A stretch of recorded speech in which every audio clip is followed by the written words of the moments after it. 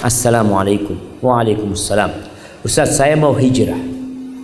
Doakan saya istiqomah. Saya baru hijrah. Doakan saya istiqomah. Ustaz, saya ada di posisi istri muda. Makin kesini semakin suami saya tidak adil. Subhanallah jemaah. Ada cerita istri muda sama istri tua datang pengajian bareng. Duduk bareng nggak kenal jemaah.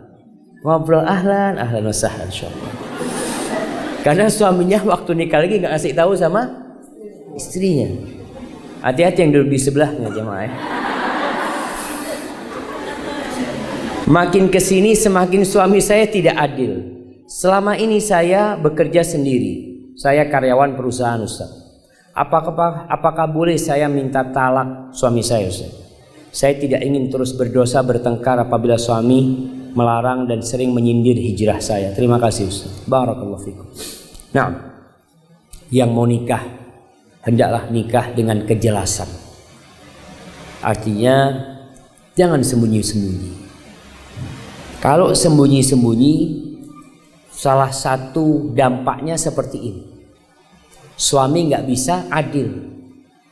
Karena dia kalau ke rumah istri mudanya ini ngomongnya berangkat ke rumah sohibnya. Sampai ada cerita seorang syekh cerita ada laki-laki ini kalau sore itu izin sama istrinya, "Ana mau ikut pengajian," kata dia. Kata istrinya, "Iya, fadhal," kata dia, ikut pengajian di rumahnya syekh kata dia. Sampai suatu hari kakak abang istrinya datang. Ditanya sama sore hari itu, "Mana suamimu?" "Alhamdulillah bang, suamiku sekarang kajian terus kalau habis asar." Masya Allah kata dia. "Di tempatnya siapa?" "Syekh Fulan," kata dia. "Syekh Fulan? Syekh itu udah pindah," kata dia. Allahu Akbar. Kata istrinya, "Oh ya udah, besok sore izin lagi." Suaminya mau kajian. "Iya bang, berangkat." Sama istrinya diikutin, sama anak-anaknya semuanya. Kemudian masuk ke sebuah rumah, dikunci. Setelah itu mereka parkir, diketuk pintu rumahnya. Yang buka siapa? Suaminya. Kata suami, "Mau ngapain ke sini?" "Mau ikut kajian Syekh," kata dia. "Ikut kajian." Astagfirullahaladzim ya. Biasanya seperti itu.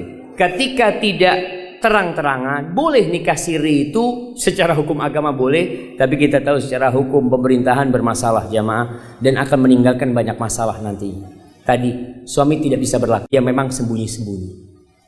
Ana rasa kalau anti melihat suami anti tidak bisa berlaku adil, dan begini, keadilan itu tidak harus sama.